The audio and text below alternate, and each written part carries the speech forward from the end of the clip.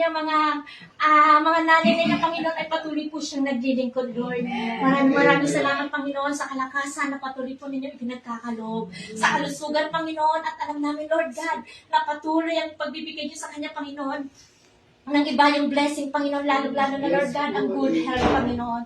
Lord, maraming salamat, Panginoon. Walang hanggang pasasalamat ang aming ipinaabot sa inyo, Panginoon. At Lord, paspasan mo na rin po, Panginoon, ang kanyang mga mahal sa buhay, ang kanyang nanay, Panginoon, ang kanyang mga tita, kanyang mga titos, Panginoon, na siyang nagiging gabay niya sa kanyang pamumuhay, Panginoon.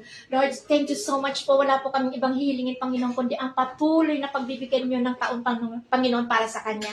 At Lord, inyo na pong basbasan, Panginoon, ng mga pagkain na nandirito, Panginoon. Yun na ba, ito yung aming maging kalusugan, kagalingan, kalakasan, Panginoon.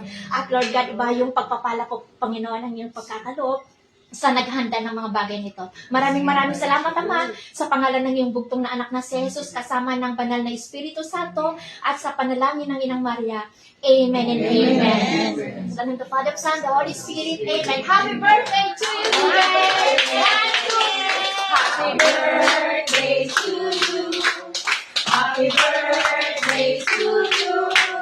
Happy birthday! Happy birthday! Happy birthday to you! Happy birthday to you! Happy birthday to you!